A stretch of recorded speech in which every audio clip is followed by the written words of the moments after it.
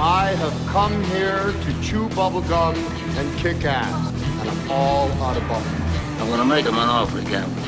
Of the juggernaut, bitch! It's not a tumor. You are tearing me apart, Lisa! I have had it with these motherfucking snakes on this motherfucking plane. Two chicks at the same time. I am the law! When you play the Game of Thrones, you win. You die. Oh, no, not the beast! Not the beast! Ah! Greetings, nerds and nerdettes. Welcome to a truly unique episode of Geek Speak here on Mega Powers Radio and Fanboys Anonymous. We're going to be settling one of the oldest debates in nerddom, Mario versus Sonic. And to do it, we're going to be taking a unique approach with it, going old school debate team style. Yes, we're going to have two teams, one representing Sonic, one representing Mario, who will be going back and forth, point, counterpoint, until we decide who truly is the best of the two. Now, first allow me to give a quick breakdown of the rules of how this will be working. Now, I will be asking a question to a specific member of the team, and they will be given a set amount of time to answer that question. If that person wishes, they don't need to answer it if it's something they don't feel themselves being very strong to have the answer for. They could pass it off to their other team member. Now, at the end of that clock, they're going to be cut off because we're going to be very tight for time here, and then we'll be passing it off onto the opposite team where they be asked the same question. This will be repeating until we get to the end, and then we will have everything tallied up, and we're going to figure out who is the best between Mario and Sonic. Introducing everybody that we got here, I'm Mike Payton. I will be acting as moderator tonight, asking all the questions and keeping things going smoothly. We're going to have three judges that will be working as the deciders of who's going to win tonight. First off, YouTube legend, Spood Beast, Braden Mayhew will be joining us, first time ever here on Geek Speak. We're also going to have the head of Fanboys Anonymous, Tony Mango, acting as judge for us, and also good friend Shawn Walker will be acting as the third man as our three-man judge team. Now, the teams. First off, Team Mario will be led by our very own Travis Goss, and backing him up will be a guest all the way from the I Got Gameplay podcast, Lee Garasich. Really awesome dude. Glad to have him on here also for the first time. And also Team Sonic, led by Craig Kellerman, featuring I Got Gameplay's Michael Burhan backing him up. Now, we will join the live debate where we will finally answer the age-old question, who is better, Mario or Sonic? The great way to start this is, of course, going with our opening arguments. And to do that, I will be going to the team captains of each team. You will be getting 3 minutes each to do your opening argument. So if you don't fill 3 minutes, feel free to pass it off to your teammate. But you'll be starting off. Craig, you have 3 minutes. Tell us your opening argument about why Sonic is superior. Oh, the Blue Blur. Best video game character almost ever. I swear, he's faster, he's got the attitude, and he's got the music, the best video game music, I think, especially during the 16-bit era. One of my favorite childhood memories in video gaming ever. And awesome television shows, comic books, you got it all. Sonic. Michael Burhan, please take it away. Sonic the Hedgehog, well, when there was a time when Mario was dominating the console market with the Nintendo Entertainment System, Sega decided to actually switch their mascot from Alex Kidd to a very blue hedgehog by the name of Sonic.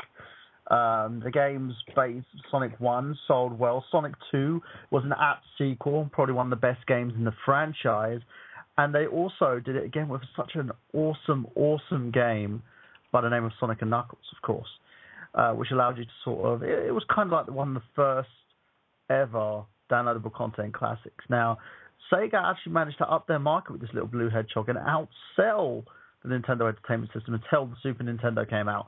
So that shows you how much quality the character has, and also how much the character stands the test of time, going from the fact that Sega no longer actually distributes consoles, but still managed to put that blue hedgehog on everything, including the newest title, Sonic and the Lost Worlds, which actually debuted on the Wii U and 3DS.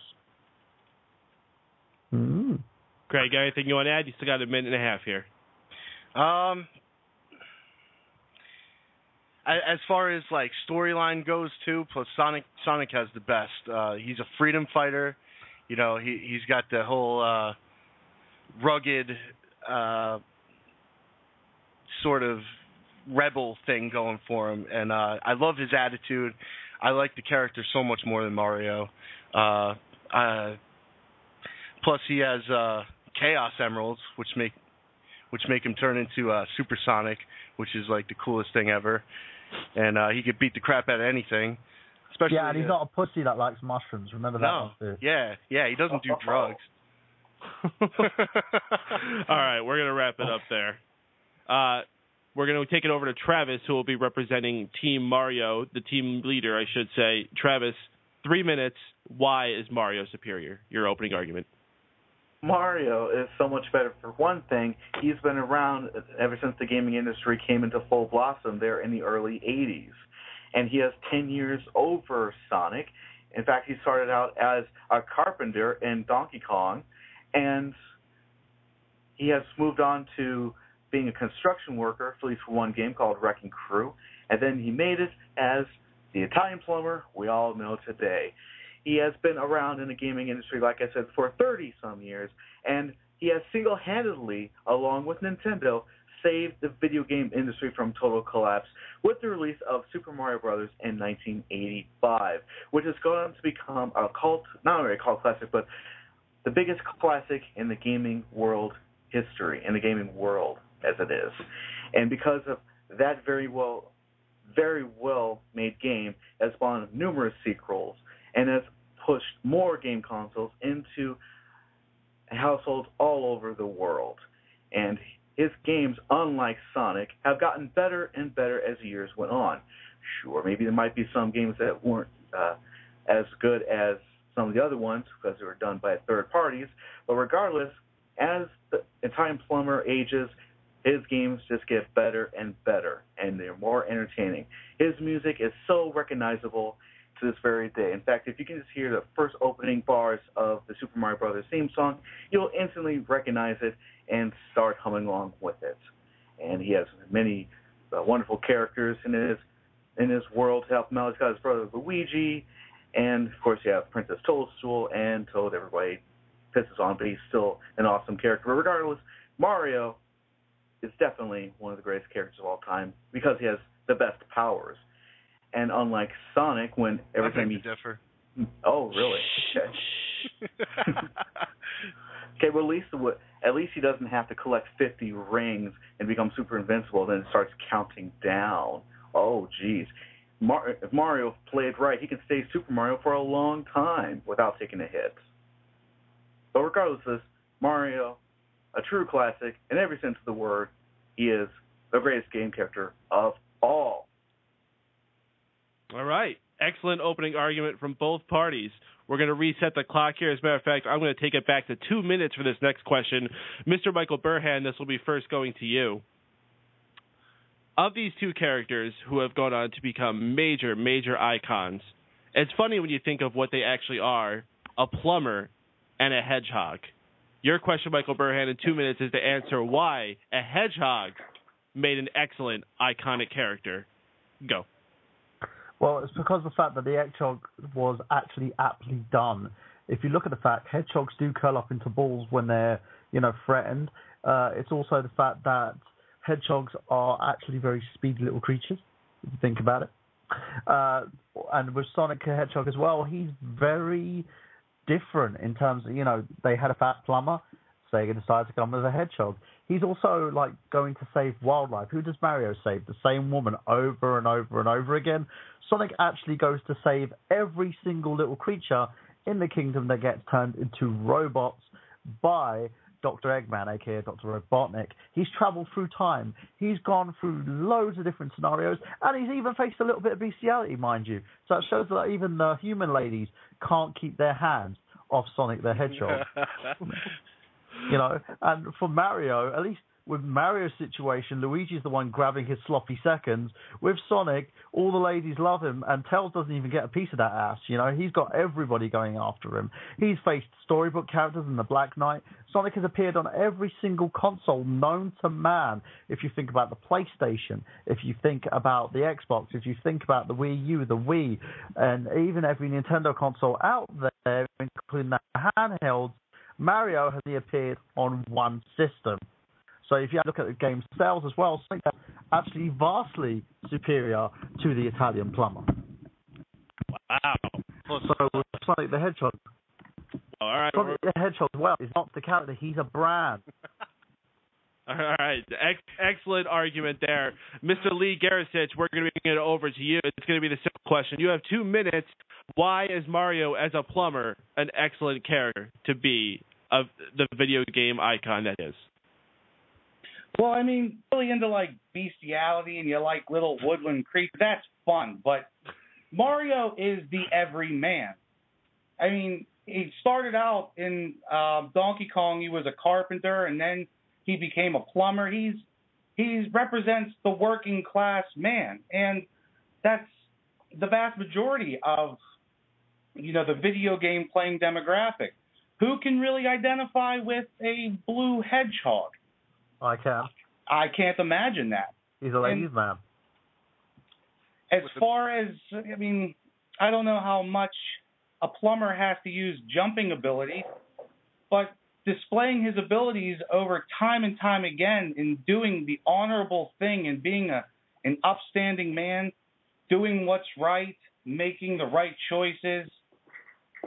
I've never heard Mario utter one swear word. He's a very genuinely good guy and sets an amazing example for everybody to do the best you can, to try your hardest, never give up, and always make the right choices. In my opinion, there's really no question. Mario is far superior. Holy crap. Those were 2 excellent arguments from both sides, guys. I am convinced that a hedgehog and a plumber make excellent characters. All right, Craig. Actually, let's keep it on Team Mario for this one. We'll do 2 on this side. We'll do the snake style. Travis, we're going to go to you. This time, I want to talk about signature abilities for these characters, what they're most known for as their specialty. Now, for Mario, he has tons and tons of different power-ups that we've seen him have through all these games, but I think the one he's most known for is shooting fireballs. So, Travis, 2 minutes. Why is shooting fireballs so awesome? Well, let's look at it this way. Anybody who's played these Mario games kind of wishes they would be able to shoot fireballs from their fingertips. It's what every person dreams of when they play this game. And also, when Mario uses this special ability, he can easily wipe out just about any character that comes in his path. And in doing so, he can set the world ablaze, as it were. And other great things about his ability with not only with fireballs, he also has a very, very awesome jumping ability, which he is known for. And there's other great power-up suits that he has throughout the whole years. Not just the Fire Flower. He also had the Tanuki Leaf. He also had a frog suit. He had a cape. He had just about anything you could think of. And in the latest game of Super Mario 3D World, he can now turn into a cat, which he can climb high up upon any hillside of any kind. But regardless of all this, the one most recognizable power-up that Mario has been known to have throughout all of his career has been the Fire Flower, an ability to kill any character just by flicking out his hand and a fireball just shooting off, killing Goombas, Koopas, just about any character that is vulnerable to fire. And I'd like to see Sonic try that. All right. Craig, we're going to be going to you for Sonic. Of course, the one thing that Sonic is known for is his speed. So, Craig, 2 minutes. Why is Sonic's speed so awesome? Well, turning into a furry little cat is cute and all, but nothing beats his spin dash. He'll run circles around Mario any day. Plus, and if he tries to shoot little fireballs at him, he has fire shields, too. And his fire shield, basically, he can reflect any fire. Plus, he could also spin dash anywhere. He could get to any spot. And his jumping ability, if not matched with Mario, is better. Okay. All right. Braden Mayhew, this is a part where I want to get one of your expert analysis on when you look at these power-ups and how they've affected these characters overall, where do you lay on this, and what kind of pros and cons can you make for each one of them? Like, it's in terms of which one I find to be perhaps the most effective, or just really the benefits and perhaps negatives of both? Give us both answers to that. Okay.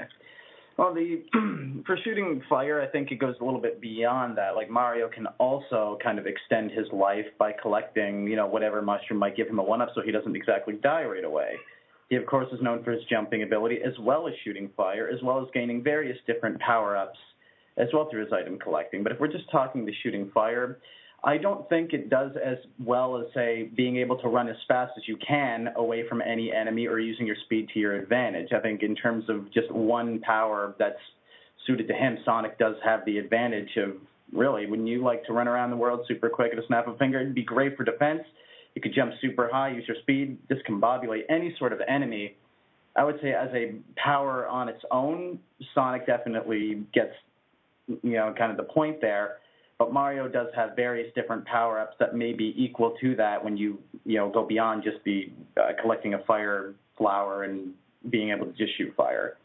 So both certainly have their fair points to them, but Sonic is a standalone. I would say his speed is certainly an advantage.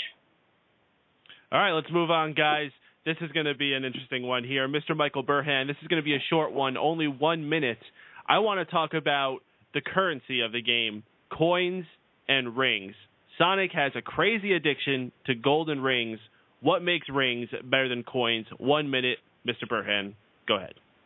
Okay, well, rings, if you actually look at it, Sonic collects his rings by destroying some Robotnik's like little machines and stuff like that. Mario destroys surroundings to get these coins. He destroys a whole mushroom kingdom. And apparently, if you look back at the manual, it says that Bowser has turned the little toads and the people of the Mushroom Kingdom into these blocks. So he's killing the Mushroom Kingdom people for his coins. That's blood money. Sonic is not going for blood money here. Mario is literally just destroying life after life to get what he wants. What is this? Grand Theft Mario? With Sonic, at least he gets his money. Yeah, can I interject? Go for it. All right. Sonic also, he destroys the metal, the bad guys, the badniks, and he releases the animal that's in them. So, if anything, he saves more creatures than Mario ever did. Go back. Yeah, and that's the thing. If you look at it, this is all to give Sonic that extra life, the stuff that sustains him, where if you look at Mario, what do the coins do? The coins don't give him life. They're there for currency. Yep. All right, we're gonna wrap that up. That was a good one though. Really bringing Mario down a notch. We're gonna bring this over to Lee. Lee, you got to save Mario on this one. Why are coins better? Listen, the world is not going to function if everybody's a tree hugger. To make an omelet, you got to crack a few eggs. All of them, apparently. The princess of the kingdom got kidnapped. He has to go save her. And the only way he can do that is by collecting those mass of coins to ensure that if he does make a mistake, he has another chance. So you can't fault him for that. Plus, rings was, the function of a ring, if you make a chain or if he decides to propose to 100 different women, regardless, a coin is a coin. It's going to be money. So it's going to be vastly more useful regardless of the situation. Not only that, at least when Sonic takes a hit, he doesn't lose his coins. Like when Sonic takes a hit and loses all of his rings. Very true. That just means Mario's a bigger penny pincher. Exactly, but if you look at it, it's all for points. They have no sustainability at all. Sonic, his are to sustain his lifeline, and it doesn't cost him any of the woodland creatures. All right, that was a good one. Craig, we're going to be bringing it back to you. I'm sorry, actually, Travis, we'll go to you on this one first. We're going to be comparing the jumping of both characters. We mentioned this briefly before. Both characters are known for their jumping abilities. They both take out their enemies by jumping on top of them. Which person is better at doing this? Travis, tell us why it's Mario. Well, because with Mario, I think his jumping ability actually helps him out a lot more because, like, for instance, he can jump on 8 enemies and without hitting the ground. If it's 8 of them in a row, it gets an extra life. That's a big plus. And with Sonic, he can get, it's 8 of them and just gets more points. That's about it. And, where it's at is you got to have more lives and everything. that in these Mario games. Sorry, I just kind of rambled there. Sorry about that. But anyways, and not only that, his jumping ability is phenomenal. He is known as one of the greatest jumpers in gaming history. He can jump on platforms without breaking a sweat. And also, in the later Mario games, he has perfected the wall jump, which makes him even more, gives him a better ability of reaching higher platforms. And also saving himself if he accidentally tries to fall down a pit. With a wall jump, he can save himself and get back onto the ground and keep progressing. All right. Craig, you also have 1 minute to tell us why Sonic is superior at jumping. Well, not only is Sonic like a moving saw, pretty much, so whenever he jumps and anything he hits is going to get messed up. There's no way around that. Not only that is, if his jumping ability might even be greater than Mario's, because he can jump across the whole board if he wants to. Plus, he's also got a couple of shields and power-ups that make his jumping ability even better, where like the lightning shield, for example. If you double press, he could jump twice, do a double jump. And if he also, you were saying, if he falls in the pit or something, like gets hurt, he also has a second to like an invincibility minute, like second when he loses his rings, so he could gain them up and jump out again. As far as the jumping ability goes, he can also use the spin dash to propel himself way further. Oh, that's all good. Those are both arguments very worthy on both sides. I don't know if I would give that to either one. But let's move on to something that I'm sure everyone has a lot of opinions on. We're going to be going to Mr. Michael Burhan for this first. Mr. Michael Burhan, you have 2 minutes. We're going to be talking about sidekicks. Sonic has the fox with two tails known as Miles Tails Prower, one of my personal favorite characters. So tell us why Tails is so awesome. You have 2 minutes. Go ahead. Well, Tails, for instance, is a child, so he doesn't get Sonic's like sloppy seconds like Luigi does with Mario. Wingman. Yeah. Well, I wouldn't call him a wingman. I'd call him the cast-off guy, especially if you're looking at Daisy. Now, he also flies a damn plane. Every time Sonic's in trouble, Tails is there. If you have Tails with you in Sonic 2, he can get killed and come straight back to help you. You can literally survive because of that damn small fox. What does Mario do with his sidekicks? He kills them. He jumps off of them in order to get a great distance with, like, Yoshi, for example. He stamps on the Toads. You see the destruction this guy leaves in the Mushroom Kingdom, whereas Tails helps Sonic. He builds stuff for him. He fights alongside him. He's a jack of all trades. He is the fox with two tails that can also gain speed in comparison to Sonic, comparable to Sonic. When you've got all these other cast of characters who are trying to stand out, Tails is the only guy that can do it for Sonic. Whenever Tails is in trouble, Sonic comes rushing, because that shows you about teamwork. Not like Mario deciding to do it on his own and leave the rest of them behind. Take all the credit. Exactly. Sonic gives Tails ample room. That's why people want to grab that second player pad and play Tails. Plus, Mario's targets are all bushy. Okay. So think about that. All right, let's move it over to Mr. Lee Garasich. You're going to be representing Luigi. Why is he the better sidekick? You have 2 minutes. Again, we continue with the personification of woodland creatures. That's cute and all, but come on now. Mario and Luigi are brothers. You guys think that they don't care for each other?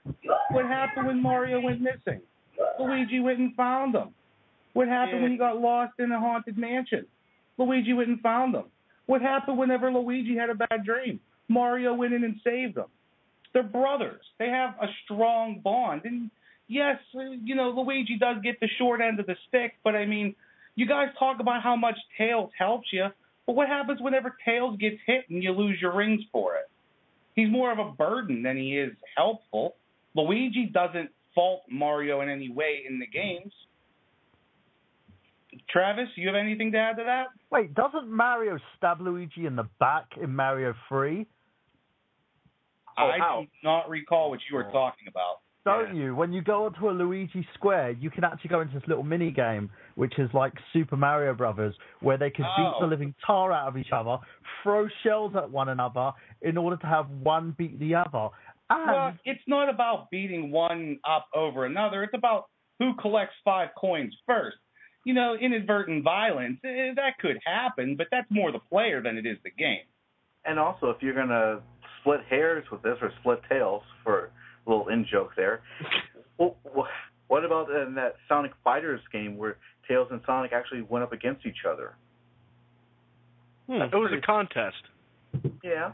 Well, if you're gonna mention that little Mario Brothers minigame in Super Mario Brothers 3 as being a contest, so is Sonic Fighters.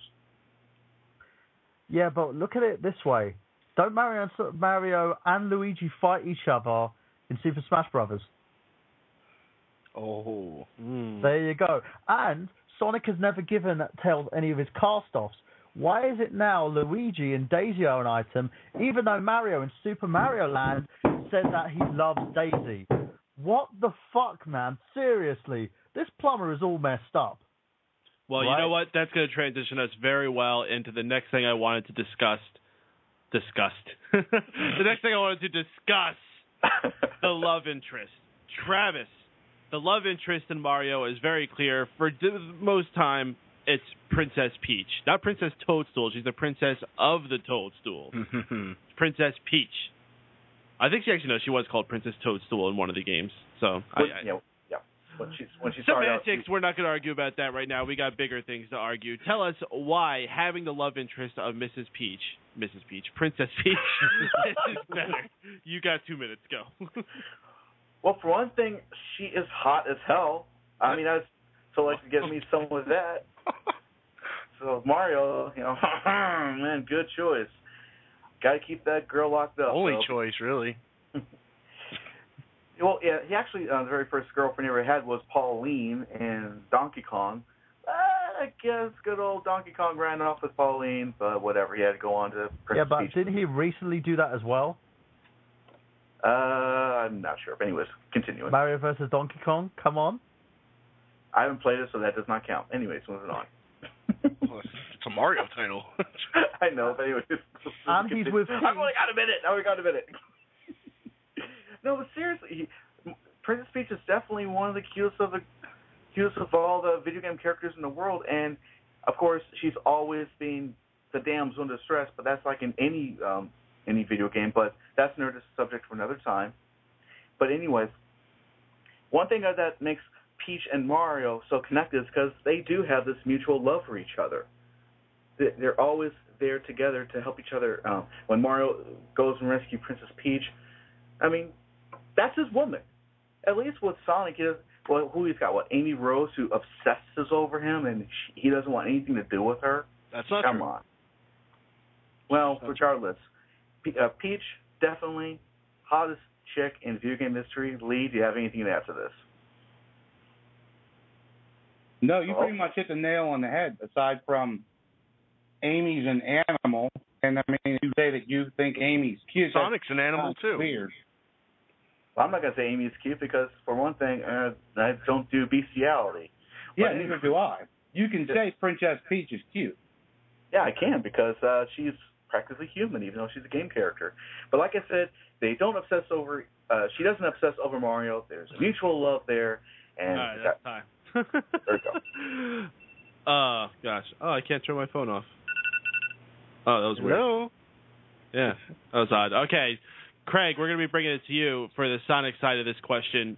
Sonic never really had a love interest. Maybe like later on in past Sonic 3, you might have seen some other characters coming in, but for the main trilogy of it, there was no woman on Sonic's shoulder or him chasing after her. Well, at the time, if you follow the comic book series and the television show, it was Amy Rose, kinda but he doesn't have time for a girl, man. He's got to save the world from Dr. Robotnik, who's periodically destroying it by turning every woodland creature into a robot.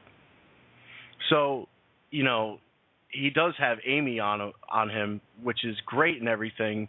But he doesn't need a girl really, and then he does hook up with a hot chick in Sonic 06. So he really can get any girl he wants.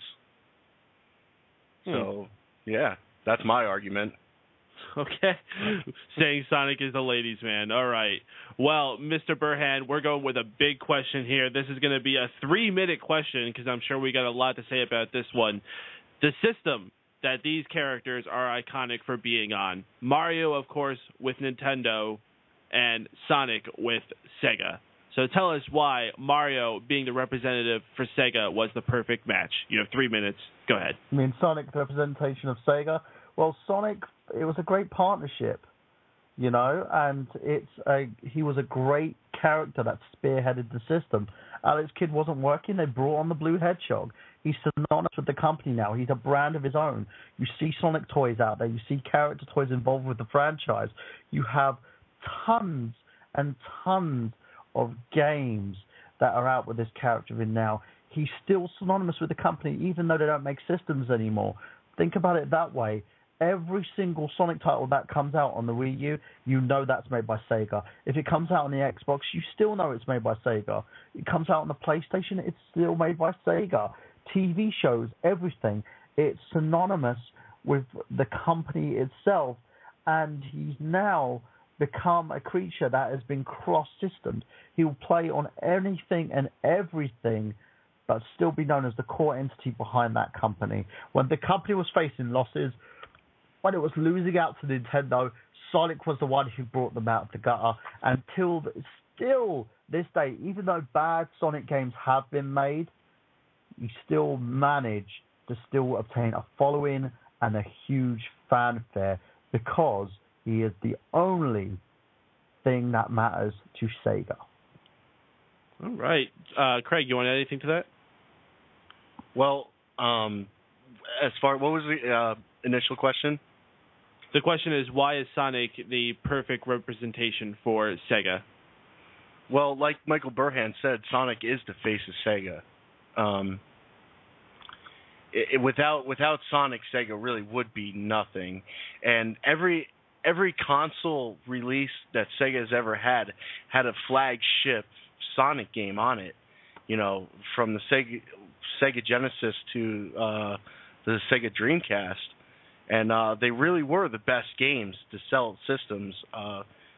Even today, Sonic has a huge... Sega has a huge investment in Sonic. They even have the whole team dedicated to making Sonic games, regardless if they're, some of them have been kind of shitty, but I feel like they're bringing it back to his origins, something that really Mario had trouble doing, I think. All right. So we're going to bring this over to Mr. Lee Garasich. Lee, your question is very similar as well. Why is Mario the perfect representation for Nintendo? Nintendo, a company that, unlike Sega, is not at a lack of characters they could use at the face of their company. Mario is the one that stood out all these years, over 20 years now. Why is Mario the guy for Nintendo? There are so many reasons. But, I mean, look back. The NES with Super Mario Brothers helped to bring back an entire industry. Super Mario World launched with the Super Nintendo, heralded by many as the greatest video game console ever conceived and released. Mario 64, launch title for Nintendo 64. Every single 3D game can trace its lineage back to that groundbreaking title. And I mean, he took his adventure into space. It's just phenomenal. And Mario, along with Nintendo, they're very positive, they're all about doing the right thing. They're very honorable. They're not in there to go stab somebody in the back, not robbing somebody. It's about not giving up, persevering, and doing what's right. It just so happens that doing what's right is saving the princess. Except for when he's abusing monkeys. You know or what? dropping Yoshi into a pool of like lava. Yeah. You know, it goes back to, to make an omelet, you got to crack a few eggs. Everybody can't be a tree hugger. Travis, you got anything for that one? Well, you were saying how Sonic has always been there for most of the Sega's home consoles. Let me go back to the Sega Saturn. There's only been like a couple of games that I can think of right off the bat, and they did not do very well on that system. Like, for instance, we had Sonic 3D Blast, which, I'm sorry, that was an atrocious game. It was Sega Saturn. It was on the Sega Saturn. Yeah, it was good on the Sega. It was bad on the Sega Genesis. Okay. Well, regardless, that game I just didn't find very enthralling. And the only other Sonic game that came out on that system was Sonic Jam, which was nothing but a compilation of his previous Genesis games. Nothing wrong with that, because with Nintendo, they did something like that years ago with Super Mario All-Stars, which was just an enhanced version of all the classic Mario games with the addition to the real Super Mario Bros. 2 game that was called The Lost Levels. But regardless of all that, ever since there has been a Nintendo system, there has been a Mario game, and every single one of those games has been very successful. Can we say that about Sonic with some of his latest adventures? It's kind of hit and miss. We got to admit it, although a lot of them are trash. But when it comes to Mario, he had the better games, and they are always constantly being improved. And that's time. Great arguments from both sides. Now let's get back into something a little more specific. Let's talk about the invincibility power-up that both characters... Oh, I'm sorry, no. Scratch that. I don't want to go on to that, actually. I want to bring back into our expert panelist that we have here, Braden Mayhew. I want to talk to you because I know you're not just a big Mario fan and a big Sonic fan, but you're a big Nintendo fan. You're a huge fan of almost their entire library. I want to ask you why you think Mario has been the one that stuck out of all of those characters. And at the same time, if you want to go on to that as well, why Sonic has easily been the main representation for Sega and why he's perfect for them. I think it can go for both of them, but it was just kind of an idea that was creative that spiraled into just being something you could keep creating for. And as the games went on, each of those characters individually kind of became more of a symbol rather than maybe the other franchise that they had going on. Those were the two characters that kind of caught fire and became really popular. You can argue the same thing for Pikachu, for Pokemon. Even though there's like hundreds of Pokemon, Pikachu is arguably the face of the entire brand. It just happened to be the same thing with Mario and Sonic. So you can also make an argument for Mickey Mouse for Disney, or even Bugs Bunny for the Looney Tunes and Warner Brothers. They just happened to be two awesome creative characters who just kind of caught fire and became symbols for their respective companies, and they ended up making the most money. So you arguably they have big ups for both of them. All right. Now I want to talk about power-ups. The main invincibility power-up that we see for both of them. Mario, it's something a little bit more like a drug. It's a mushroom. For Sonic, it's, I don't know what you would call it. And since we're making drug references with Mario, if it's this sparkly white stuff that makes him go crazy, I'm going to call it angel dust. Good stuff. Crack. Yeah, exactly. So, Travis, tell us magic. Why is magic mushrooms the excellent thing to make you go invincible? You have 2 minutes. Okay, first of all, I really thought it was the stars that made him invincible, but we'll go with the mushroom, I guess. Oh, I am dumb. You are absolutely correct. It is the star.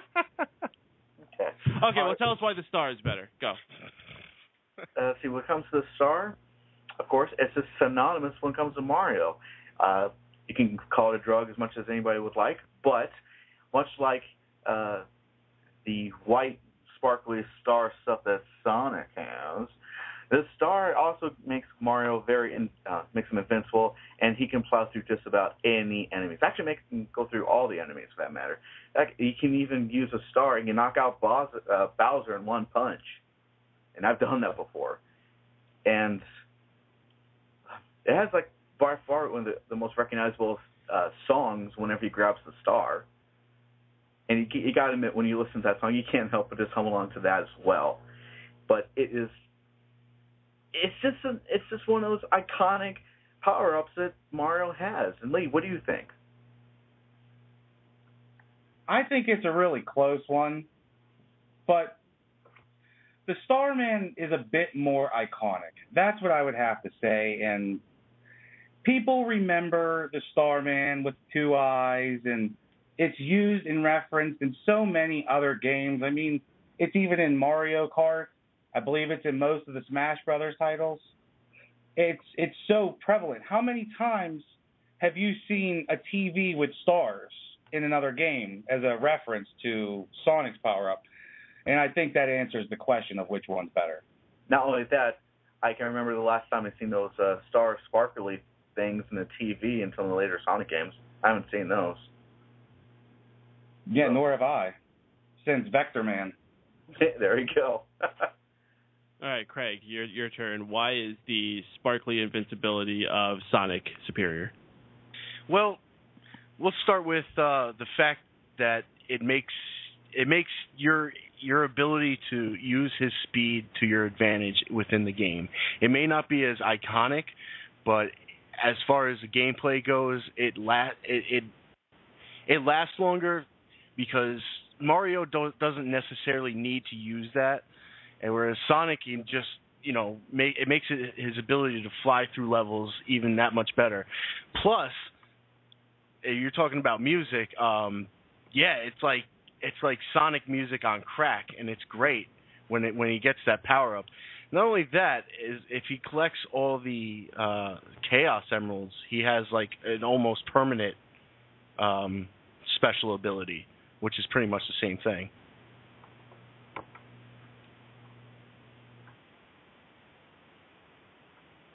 All right. Well, then, let's move on to the first game for each star.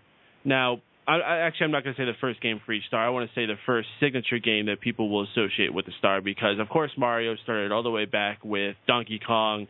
It even had the original Mario Brothers game where they're just jumping on stuff coming out of pipes. So I'm talking about the one everybody knows where they're going side-scrolling, platforming, jumping on enemies, all that type of stuff. Super Mario Brothers and Sonic the Hedgehog 1.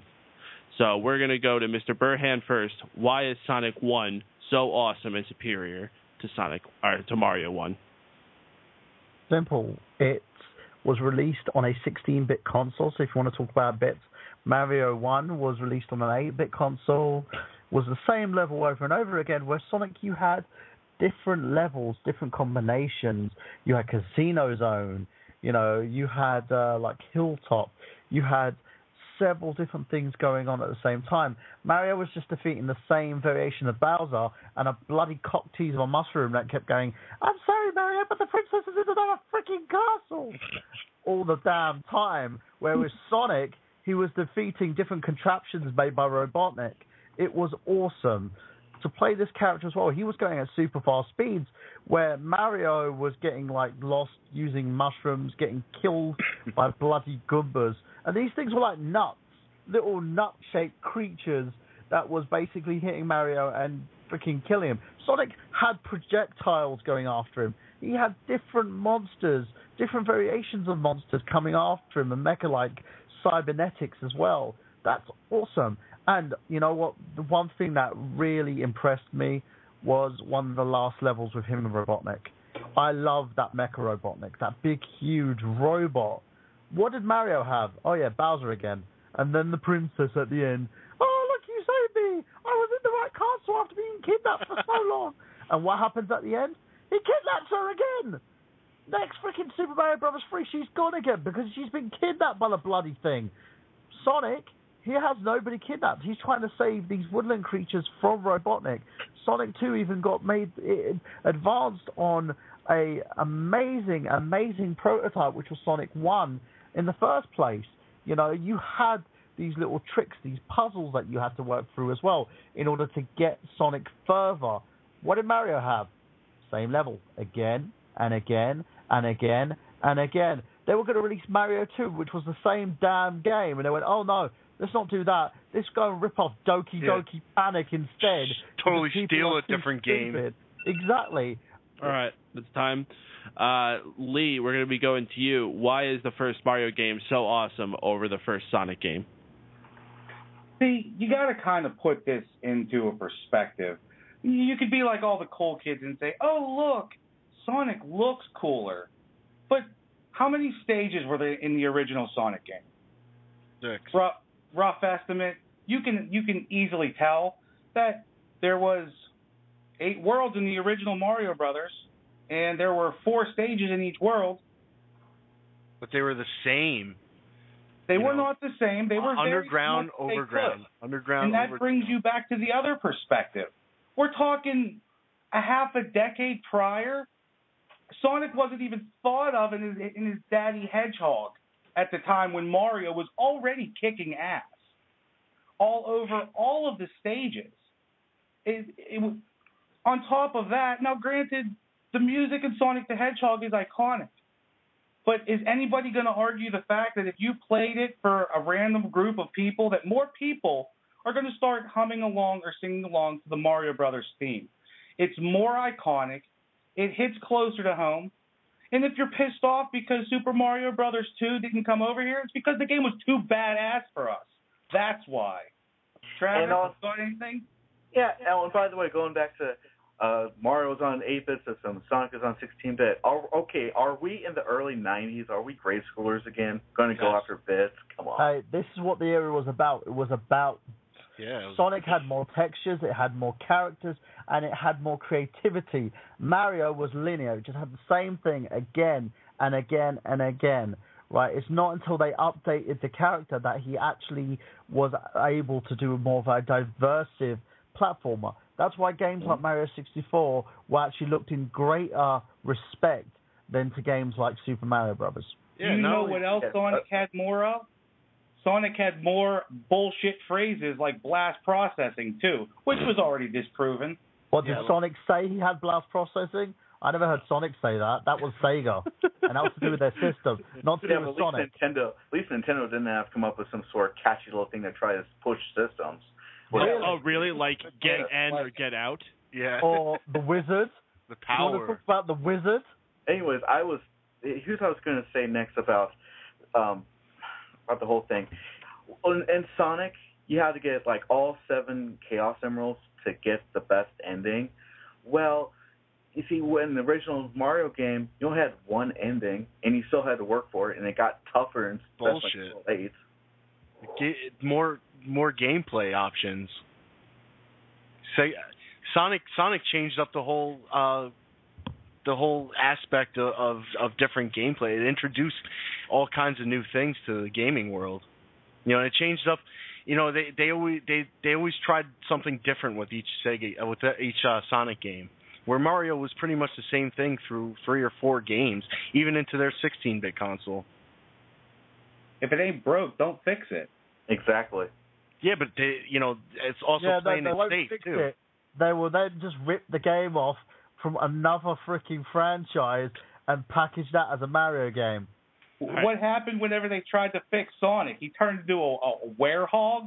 Come on. Yeah, that's awesome. All right, guys, I'm going to cut this off here. Or a kitty cat. I let that extend a little bit over because it was getting cool there, but I don't want to go too far. We got other things to talk about, and also I want to get to our expert panelists once again. Braden, I'm sure you played lots and lots of both of these first installments for these characters. What do you think about both of them? They both have big-time merits. Sonic the Hedgehog, the first game in particular, it graphically was a huge update from the NES. So obviously it was going to have a lot more people looking at it and thinking, wow, look at that technology compared to this Nintendo console that's still 8-bit. But really, in a sense, it's kind of unfair to measure it that way. But at least for Super Mario Brothers, the first game, that theme song itself, people still hum that to this day. The music, if anything, probably gives it a point in my book. Everything about that game speaks legendary volumes. It's a game that I still play to this day on an original NES. It really does hold up, 30-some years later. Just it might be a little bit biased on my part, but it is the first game I ever played. So to me, it certainly stands the test of time. It's the superior first title. Excellent. All right, so we're going to get with an interesting and oddly specific one here. Travis, this is going to first be going to you. I want to talk about when you reach the end of the going left to right process, you come to a usually very specific screen with Mario, that screen you usually come to is a flag that you have to jump up and get as high as you can to get as many points onto your score. You go into a castle, you get some fireworks. Why is that so awesome and superior to anything you see at the end of Sonic? You got 1 minute. Go ahead, Travis. It's like I said, I mean, I know we've been tossing this word around, but it is very true. It is one of the most signature, most iconic ways to end a level. And I know a lot of games afterwards have come up with their own variation of the end level, what's the word I want to use here? End level, well, I can't think of the word, sorry. But anyways, it's just one of those things where it's just the most iconic ways to end a level, period. You jump up on a flagpole, and depending on how high up you get up there, higher the points. And what does Sonic have? You just run past a sign that just flips around, and finally it's Sonic's face. Or in later games, it might be Robotnik's face. But not to mention that throwing down a flag in somebody else's territory, that's how people used to take over countries for centuries. So how badass is that? Exactly. Right. That's time. Good argument. Yeah. Craig, you will be arguing on behalf of Sonic. Of course, the screen that you have at the end is you go through a little bit of a spinning sign. You jump around in the area there. Maybe you'll get some bonus little points. Maybe if you're lucky, while the thing is dropping, you can bounce into the ground to get some of those little TV-looking things to bounce out and give you power-ups. Why is that a more fun and pleasing way to end a level? You have one. Well, there was two different ones. In the original Sonic game, if you were good enough and you ended the level with 50 power rings or more, you had a chance to go into a bonus stage. But you also had to jump perfectly into the giant ring to get into the bonus stage to get you a Chaos Emerald, and that added an extreme challenge. That wasn't easy to do on every level, especially some of the later levels, which were really difficult. But in later games, they added where the spinning sign thing would jump down and you can get power-ups from it, which is much more useful than jumping on a pole and putting your flag up. Not only that, is that flag, what is Mario putting his flag down? Oh, I own this? The plumber? Come on. I reclaimed this land for the Mushroom people. And taking back this land that Bowser was taking away because he was trying to take over all the Mushroom Kingdom. I actually think he has ties to Stalin, by the way. I've got a funny feeling he's got ties to Stalin because he's taking over people's lands. Not even his land. Okay. He's reclaiming it. They took her flag. Reclaiming it. He's taking it over. He's a conqueror. He's what is that? Yeah, he's not on saving anybody. Turtles and he took over. There you go. So we're going to move on, Mr. Burhan. We're going to make this one really, really simplistic. We're going to talk about the colors that people have grown to associate with these characters and with the brand that they are. Sonic is, of course, blue, the cooler color that many would say, and, of course, on the range of colors when you're talking artistic things, it's a cool color as opposed to red is a hot color. Why is blue more awesome for a video game character? You have 1 minute. Go ahead. What's my favorite color in the whole wide world? Blue is amazing. It's cool. It's the color of the sea. It's the color of the sky. It's one of those colors that just relaxes you. Red, what does red do? It makes you angry. It makes you annoyed. If you're looking at Sonic, you can tell he's a very cool character. Mario looks like a 60s porn star. So if you're comparing the two, Sonic is rather new, rather fresh, rather funky, whereas Mario is a character of a time that once was, a time that was more associated with way back when, where Sonic, he's very fresh, he's very here, he's very now. And in the terms of the character itself, he's very timeless because of the fact he is associated with a great era in time as well, the 90s. It's also the color that's used for Sega, so it's very symbolic of the company itself, whereas Nintendo have used the red. That's time. That's a good argument. Well, let me throw something in there. Blue is a cool color too. It's it's defined as a cool color. Go on. Yeah, all right. I said that. Said at the very beginning. All right, Mr. Lee Garasich, you will be taking over. Why is red such an excellent color to represent Mario and video game character in general? It's funny because there we go again. Who plays a video game to be cool? I don't play video games to be cool. Mario is red. He stands out very well. He's obviously on a mission. He represents his colors very strongly. And, I mean, at the end of the day, yeah, blue might be cool, but red is just badass. I mean, just think about things that are red. Ferrari. Communism? I prefer Ferraris. The Nazis were red. Just saying. Yeah, but here's the thing. Somehow I associate the color blue with sadness. The red's also associated with blood, like blood splattered on the floor and the destruction that Mario's left in his wake. Well, do you think it would be pretty stomping on a Goomba? Okay. I did not expect that to go those directions, but we're going to move on then. Travis, we're going to talk about something that I think we could all be a little bit more fond of, the TV shows that have spawned because of these video game characters. Mario, of course, the most known one that we will see is the live-action one that starred Captain Lou Albano playing the part of Mario, and as a matter of fact, I believe it just happened today. The man who played Luigi on that show, Danny Wells, passed away at the age of 72, so it's appropriate we're getting to talk about this now.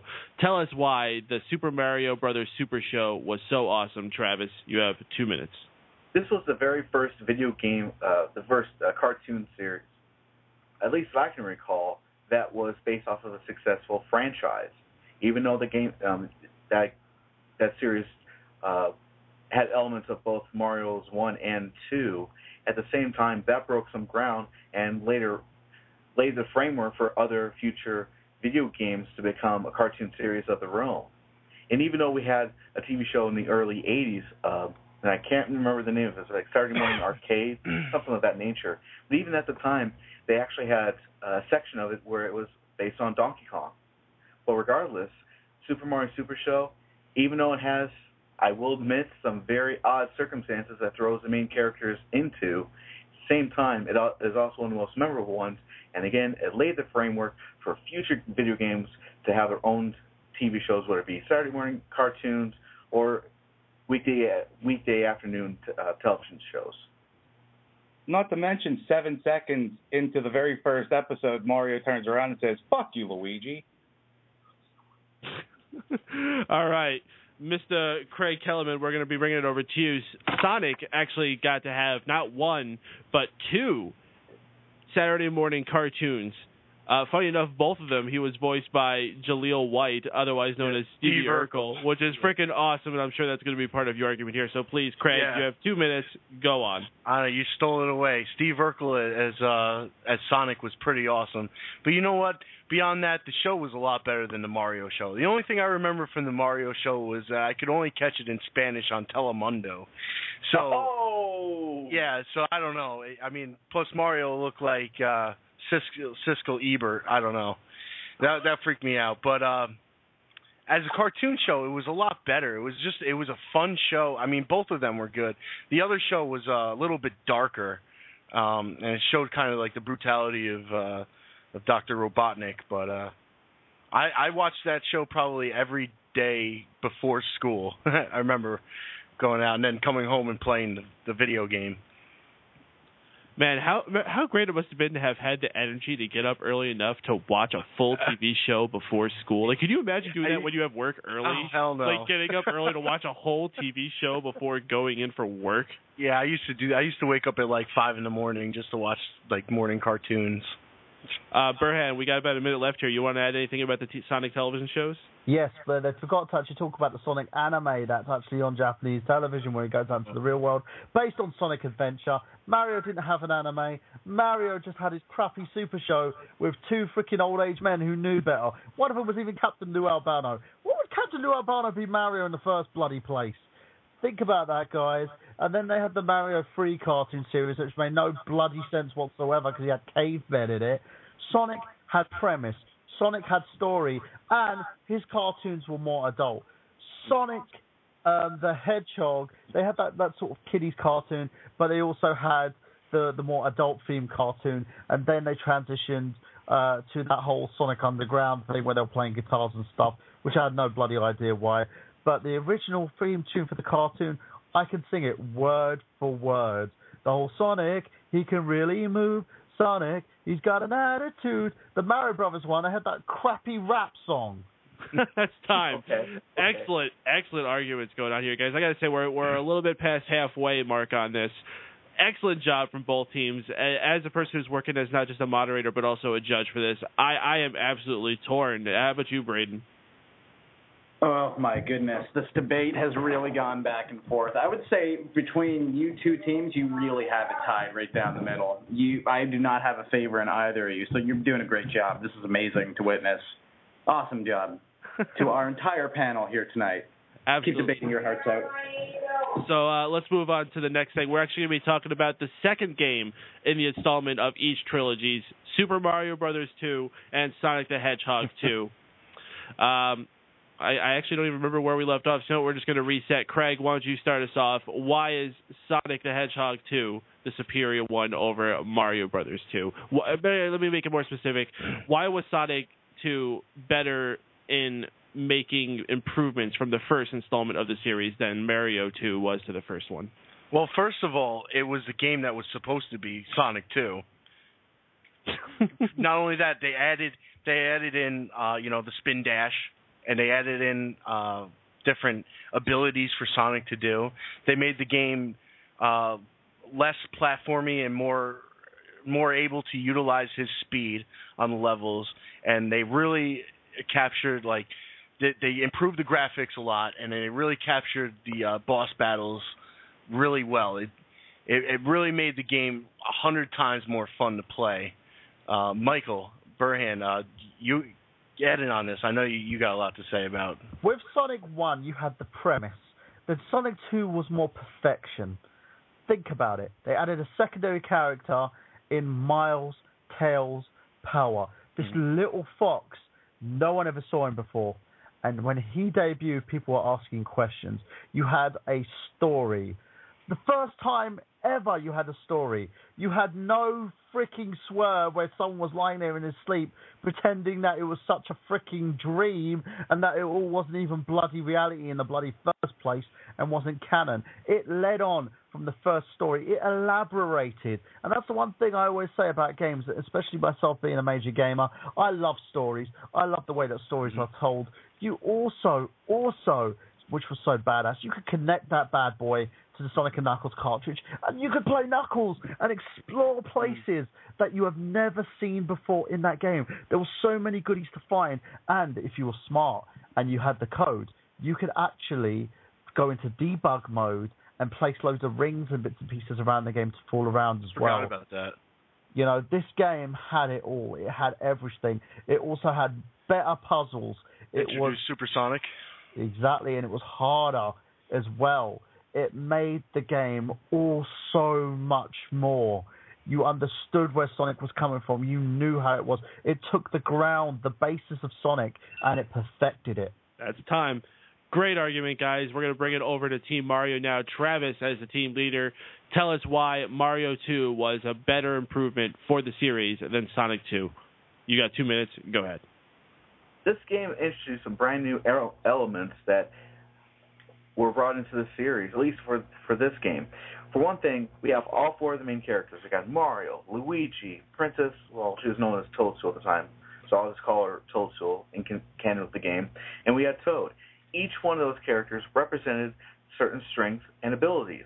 Mario, well, he was just Mario. Then you had Luigi, who could jump higher.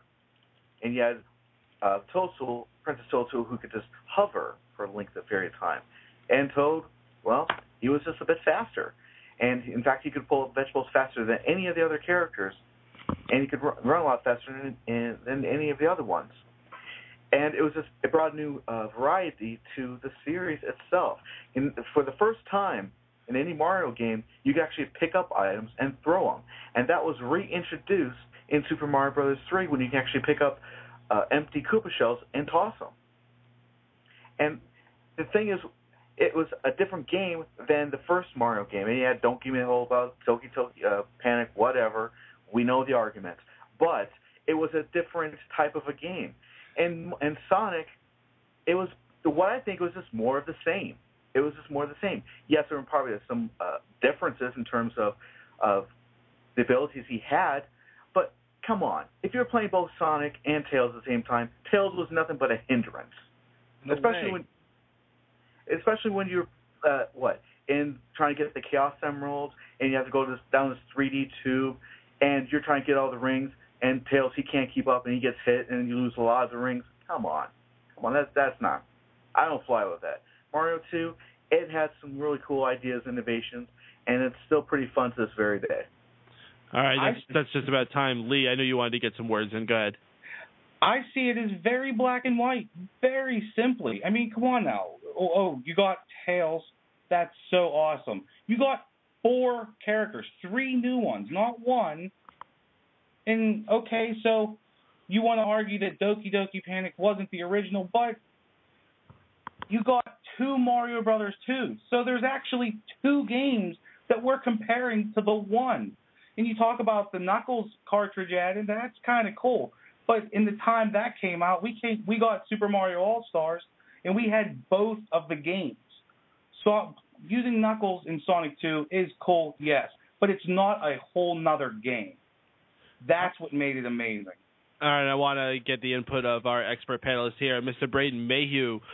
Were you playing these games in real time as they were being released? Do you remember seeing, as I said, in real time, the improvement of these when the sequels were released? And do you remember how much more impressed you were when they did come out? Actually, I got into these type of games well after these respected eras had finished. I started playing basically Nintendo and Super Nintendo around basically the time the Nintendo 64 and PlayStation were very new. But since I was very young then, I still had no idea that there was even consoles beyond what I played. So basically they were all out, but I got them in different order. Like I would get the first one, then the second one, then the third one through times later on in my childhood.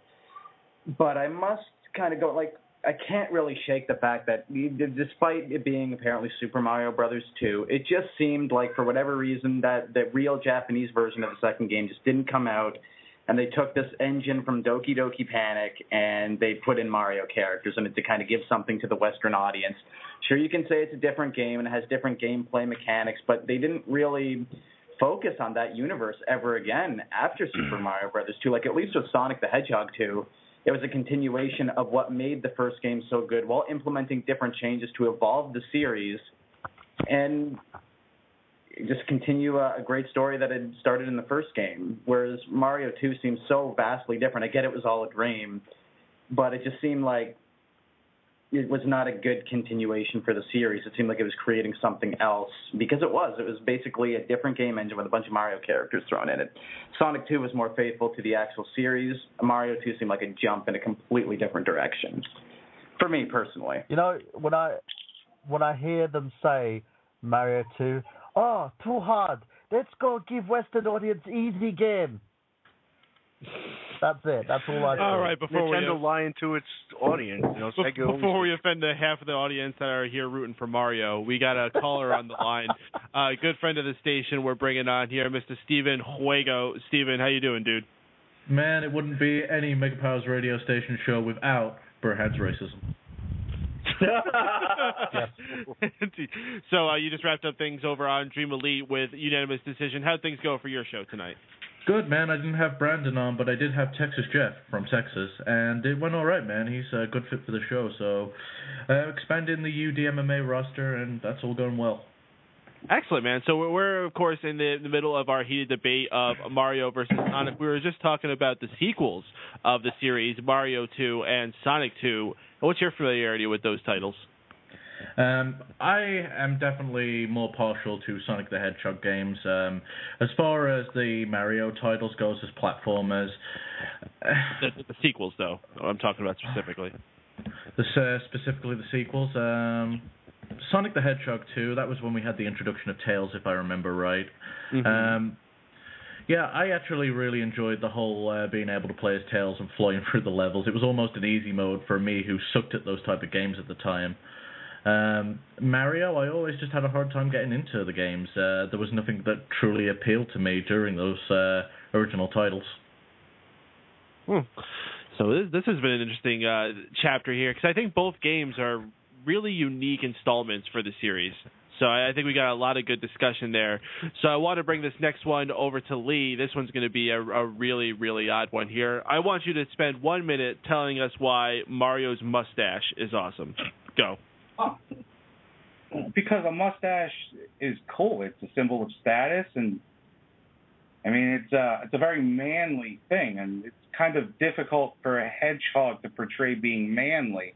I guess if you paint him blue, he would be finger quote cool, but I mean, plus it was in the 80s. I mean, tell me something more iconic, or maybe there's stuff that's more iconic, but having a mustache in the 80s was an extremely iconic thing, and Mario pulled it off pretty damn well.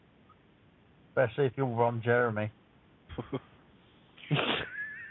Alrighty then. So, Mr. Burhan, we're going to be coming over to you for something equally as ridiculous. You have 1 minute to tell us why Sonic's kicks, his shoes, are so awesome. 1 minute, go. Sonic's shoes are awesome because they are exactly what he needs for the situation. Think about it for a second. If he goes barefoot, his feet are going to be on fire. He's going to have welts. He's going to have, like, his feet all messed up. So he needs those kicks. They help him run. They are a great tool for him, and he looks good as well. He's in style. He's trampling on that red. Exactly. And the great thing about it as well, you know, when he goes into that full circle, you just see him just go that red full circle as he's legging it through there. Those shoes also survive anything. They survive the wear and tear. They've gone through every single game with him. I swear they're the same pair. They're not like some porn stash that needs to just be shaved off from the sight of it. Disgusting. Looks like a serial rapist. Now, with Sonic and his kicks do no harm. They just aid him in his journey. And they make sure that, you know what, if I could get a pair of those kicks, if I could buy those kicks, I would be running in style, just like Sonic the Hedgehog. Not only that, Go ahead, Craig. I'll let you get a couple. Not only that, Robotnik's mustache would destroy Mario's. Oh, touche. They both have peanut mustaches, man. Come on. Okay. This is wrong. All right, so let's talk about something that's pretty infuriating for all players, and this is with any game. One of the worst levels that you can put in any game, in my opinion, yet they always seem to fit in there, the water levels. Craig, you have 1 minute to tell us about the water levels from Sonic and why they were designed better than Mario's. Well, there was always that idea of panic, you know, because Sonic couldn't breathe underwater or swim, so you know you had to get through those water levels extra fast, otherwise the timer would go down, and then you know the red numbers would come up, and then that crazy music, dun dun dun dun dun dun dun, and then like if he drowns, you know you get that feeling in your heart, and it really like it pushes that anxiety and that gameplay, and it makes you more immersed in the game when you're playing that, and you really want to get through that level, you know, to get back to the other parts of the game. They do suck, though. they do indeed. So we're going to be bringing it over to Travis. Travis, you have 1 minute to defend the water levels of Mario. Go ahead. He can breathe underwater. Which is bullshit. Maybe bullshit, but so is a blue hedgehog swimming in water. That's bullshit. That would never work because he's an animal. They're land creatures. Mario, he's a human being. He can easily swim underwater. He can go through any terrain. And also, I will also say about his music. I know I go on about the music in the games, but come on. In all the Mario games, the water music, the water levels, the music has always been the most entertaining. It's very soothing. It's very relaxing. For Sonic, he has the same song for the level, but then, like you said, when he starts, he's going to drown. He's got 5 seconds to find some air. It gets very intense. Heart's pounding. Well, what it's about realistic. Realistic, yeah, but what if you're playing the game and you have a heart condition and you're stressing out over it? Well, you shouldn't be playing video games anyway, then. Lee, what do you think? Exactly. And Mario's supposed to be a human being. Come on. time on that one. Very, very good arguments for water levels, I got to say. We're going to be hitting another big topic here. Lee, we're going to be passing it to you. We talked about the first game. We talked about the second game. Now we're going to talk about the third game of the trilogies. We're going to be talking about Mario Brothers 3 with you. Tell us why that third installment was superior to the third installment for Sonic. Go ahead, Lee. Well, I don't need that much time. They made a 2-hour commercial for the game. And people went nuts. It was huge. It wasn't like the flop of the Mario Brothers movie. And it's still a cult classic to this day. On top of that, the ability to fly with the raccoon outfit, turning into a statue as with a Tanuki suit, the Kiribro shoe. I mean, come on now. We can't even touch that. You can get a Hammer Brothers suit. It opened up all the stages and the levels. You climbed a tower to get to the sky level. It was just simply phenomenal. Travis, you have to have something to add to that. It's actually pretty cool because for the first time in the Mario series, you had all these special abilities. Like you said, it was more than just the mushroom, the fire flower, the Starman. You had all these special abilities. And each one of these abilities helps you get through the level. I mean, you had the frog suit for one, and that made you swim a lot faster in the water levels. And you don't have something like that in Sonic because whenever Sonic is in the water, he has to fight a little bit to try to get through and, try to move around in the water. Mario, he's got the frog suit. He can swim a lot faster than Sonic ever could. It was also the first time we found out about Bowser's illegitimate children. Yeah, man, I'd like to know who he banged to get all those kids. Well, where do you think he got... Peach, that's who he banged. That girl keeps getting... Do you think that she, gets kidnapped all the time? She doesn't have a defense plan? Come on. She likes it. Freaking whore. Stockholm Syndrome. Yeah, not only that, but... Exactly. Okay, yeah, but if you're going to have that kind of argument, Dr. Robotnik, each and every game, turned all the woodland creatures into robots. Same kind of situation. All right, that's time. So the regular creature robots can be freed. Mr. Burhan, we're going to take it to you. Why is Sonic 3 the superior third installment of the trilogy? Simple fact. Sonic 3 was never attacked by Peter. Mario and his Tanuki suit happenings and stealing skins from animals. That freaking rabid bastard. Look at Sonic. Look at the way that Sonic 3 had the one thing that no one ever expected, the coolest thing that people wanted to play this character. It had the introduction of Knuckles. Knuckles the Echidna. Everyone went ape crap for Knuckles to the point where they released Sonic and Knuckles a few months after because people wanted to play this character. He was amazing. He could fly. He could climb walls. He could do everything. And Sonic 3, again, it one-upped the previous two games. It was amazing. The story was great. It continued everything from the first two games and made it better. It introduced new characters. It had this whole story going on between Dr. Robotnik and Knuckles, and how Dr. Robotnik was trying to persuade Knuckles to get the Chaos Zone rules away from Sonic in order to achieve his own things, and then betrays him. It was awesome. What did Mario 3 have? Let's go save the princess again. Like we didn't do that before. Come on. This game had substance. It had exactly freaking whore, bearing Bowser's children. It had substance. It had characters. It had everything. And you know what? It didn't have its own movie like the freaking Wizard. Yeah, where you're following some retard kid around to go and play a Mario game. Oh. It had its own selling point. And you know what that was? Sonic the Hedgehog. That was what sold it. The characters, everything in this game sold itself. It didn't need its own movie. Plus, let's talk about the lock-on technology. The fact that you could play other Sonic games with Sonic and Knuckles, and it was cool because Sonic 3 and Sonic and Knuckles were a direct continuation, and then when you put them together, it just made this huge adventure, which flushed out the whole Sonic story. Yeah. All right, and that's guys. it. And that's the thing here. Let's move on to the big important part of all these series, the main villain that came from all of them. Craig, you're gonna have 2 minutes. Tell us why Bowser is the more awesome antagonist for Sonic to go against.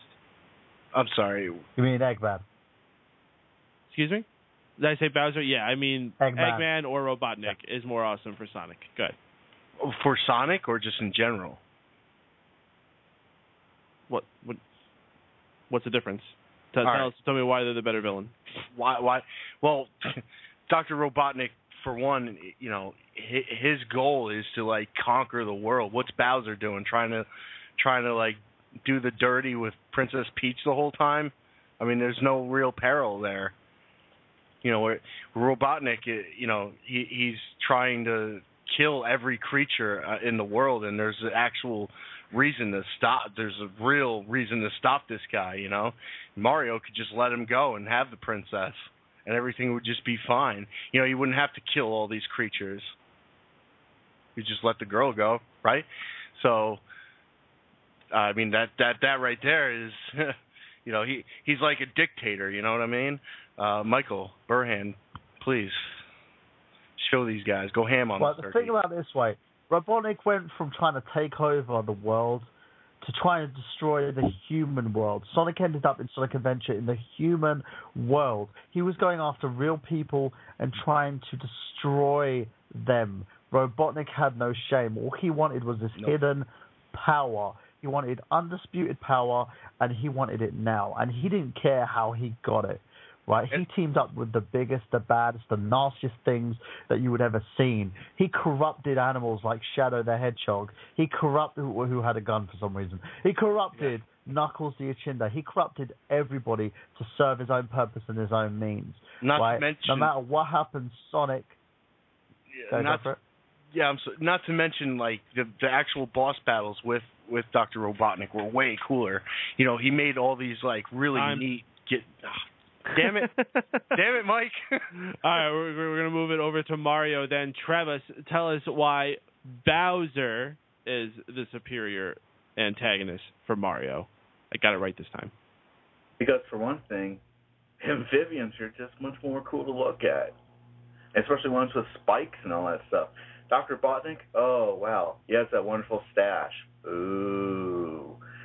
And also, in the later Mario games, we could also see how Bowser had certain techniques in order to try to defeat Mario from getting the princess. And, of course, that's where his kids come in. And like in the new Super Mario Brothers games, Bowser gets extremely large, and thanks to the Koopa kids, use all the wands that they've collected and turn him such a huge, monstrous beast that can throw fireballs that are about 20 times as big as Mario. And he's just, I mean, I really can't stand the voice that they give Dr. Robotnik. He's trying to sound all dramatic, and he's trying to and stuff. And the only thing that Bowser does is roar. And come on, that sounds a lot more fun than just someone trying to talk shit to some woodland creature. Lee, what do you think? Well, I think Dr. Robotnik, you kind of expect for him to have all the fun little contraptions. It took Bowser a little bit longer, but then again, you got to look, Dr. Robotnik is some fat, ugly guy that is rocking a ridiculous stash. I mean, at least Mario has a little bit of class.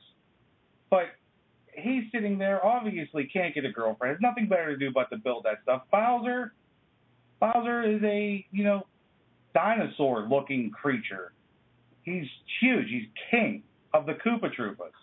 And he goes on later on and builds some cool contraptions as well. But I'd be much more afraid of Bowser in one-on-one combat than some fat scientist with a weird stash.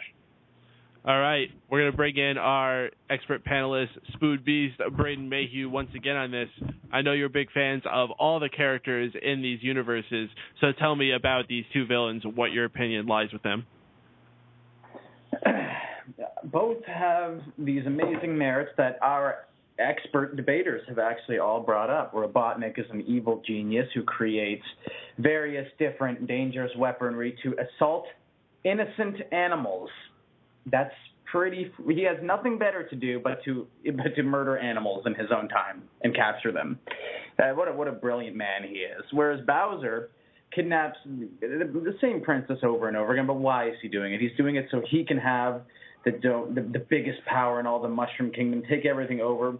Later on, with help from his kids, he wants it to become a Koopa Kingdom. He wants to be a world dictator of the kingdom, just like Robotnik, I'm sure, wants to be a dictator of the entire world as well over the animals.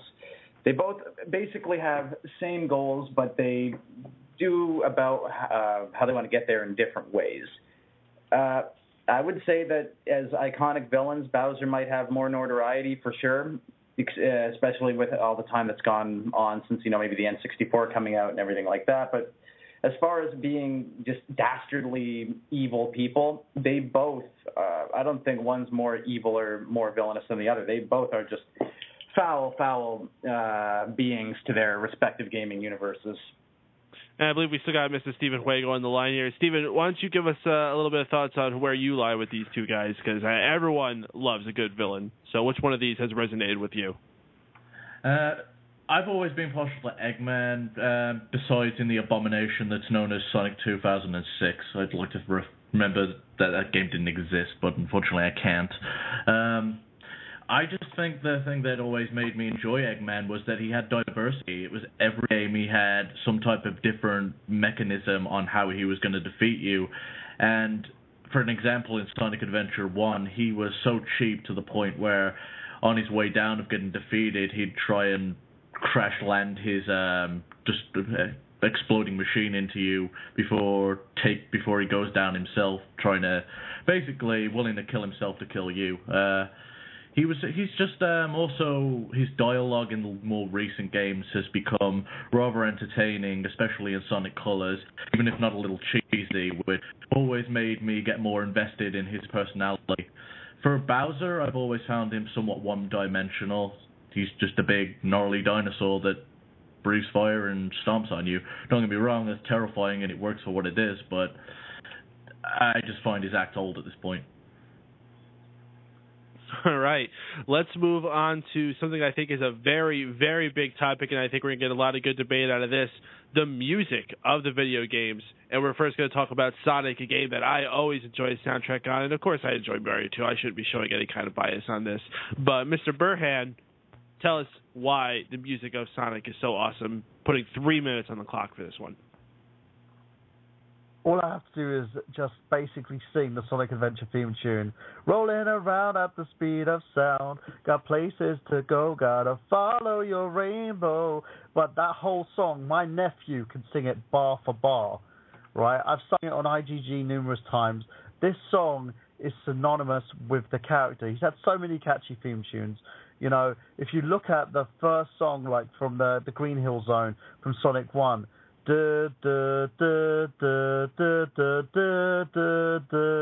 right? Mario, literally the same thing. With every level. Sonic, you have like this huge catalog of music for every single level, every single character, and stuff that you can literally put on your MP3 player and not be afraid to listen to it time and time again. Hell, I have a Sonic catalog on my player that I go jogging with because it's that awesome. Michael Jackson. Exactly. Michael Jackson. Do you care to elaborate on that? Well, for Sonic 3, Michael Jackson, he sat in and helped create the music for one of the biggest Sega games ever, Sonic 3. And, beyond that, the boss music was more intense than anything in a Mario game. And every level had, it had like a feel because it was going around like the world or whatever. And like the ice cap zone had like a wintry sound to it, kind of like almost Christmassy. And the rest of the levels were just really cool, pumping music. You could really get into it. I still listen to the soundtrack today. Chemical Plant Zone. Yeah, Chemical Plant Zone. That's another one. All right, then. I'm going to reset the clock then. We're going to bring it over to Lee Garasich. You got 3 minutes on the clock to start it off here. Why is the music from Mario so awesome and better than Sonic's? Well, it's quite obviously more popular. It is extremely iconic. And if you noticed, the song doesn't change that much because it goes back to if it's not broken, don't fix it. So repetitive? Yeah, just drum it into people's heads. No, it's taking the original tune and they change it up a little bit to freshen it up and bring it to the new game. And also, look at the variety of music that you have in Mario Brothers 3. When you go to each different world, they do the ice music extremely well. It sounds icy to me. And, just the underwater theme, the underground theme, the castle theme, it's quality over quantity by far, and it's amazing music. Travis, what about you? And I have to agree with you because the music it's just like each and every Mario game. It just gets better and better. And like for me, I was totally amazed when I heard the music in Super Mario 64 because that sounded so rich and so much fun to listen to. I mean, I love to get the music from that and just put it on a CD or an MP3 player, and it gets better and more exciting. And the thing is, what you have to realize is the music in the Mario games are it's based on setting the mood and also making it a very fun experience. It's also very lighthearted. And that's what the Mario games represent, is lighthearted, fun entertainment. I'm not saying that's not the same case with Sonic, but at the same time, when you listen to the music, it kind of sets the mood. It's the type of character that Mario is, and also the world he traverses. You only have to take a quick look online and look up the price of, say, Super Mario Galaxy's soundtrack, and you realize that it's extremely and highly sought after for the ridiculous price. I mean, just the music is beautiful, symphonic. I mean, give me a beautiful symphonic music from a new Sonic game. Oh, never mind, you can't. Ooh. Actually, you can. Sonic is very touted for its music, especially some of the newer games too. Like, I guess Crush 40 did a lot of songs for them for like Sonic Adventure 2, and also even in Sonic 06. I never heard of any of those people, so I mean, the 40 people that you know like that, they don't make up a very large demographic. You remember the timeless classics such as yeah,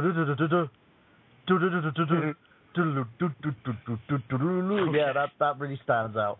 All right, that's going to be time on that one, guys. We're going to be moving on to the outsider world for these characters. Games where they've transitioned to something that's not their traditional format. I'm talking about stuff like Mario going into Mario Kart and Sonic going into Sonic Spinball and all the other crazy things that these characters have found themselves doing. Travis, you're going to be defending Mario's case for this one. I got 2 minutes on the clock for you. Excuse me, 3 minutes on the clock for you. Go ahead. Oh, okay. 3 minutes. One thing that Mario has done is, if he's not trying to save the princess, which, okay, let's leave all the jokes aside, she's always getting captured and everything.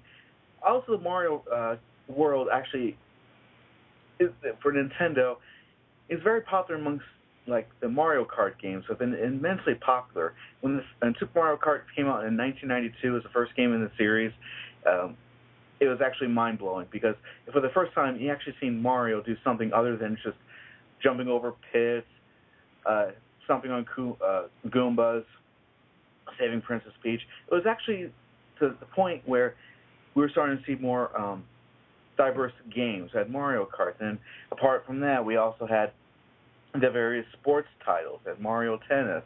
You had baseball. There was Mario Super, that soccer game or football game for a lot of English listeners out there. Strikers? Strikers. Thank you very much. When it comes to any of these types of games, or even like Super Mario RPG, that was different. but people embraced it because they were trying to get people to start really falling in love with RPGs. Of course, at the time we had like Final Fantasy, but when Squaresoft, well then known as Squaresoft, approached Nintendo about putting Mario in an RPG game, people embraced it. They thought it was exciting and it was very fun. And it's still a very well sought after game to this very day. Even though we can find it on the virtual console, people want the actual physical copy. But besides all that, whenever Nintendo puts Mario in a different type of game style, they always manage to pull it off. Lee, what do you think? I think you hit the nail on the head on that one, and I think time's up. Okay. I want to think, because, and also, when they've done the same thing. Hey, with, you cut me off, Mike.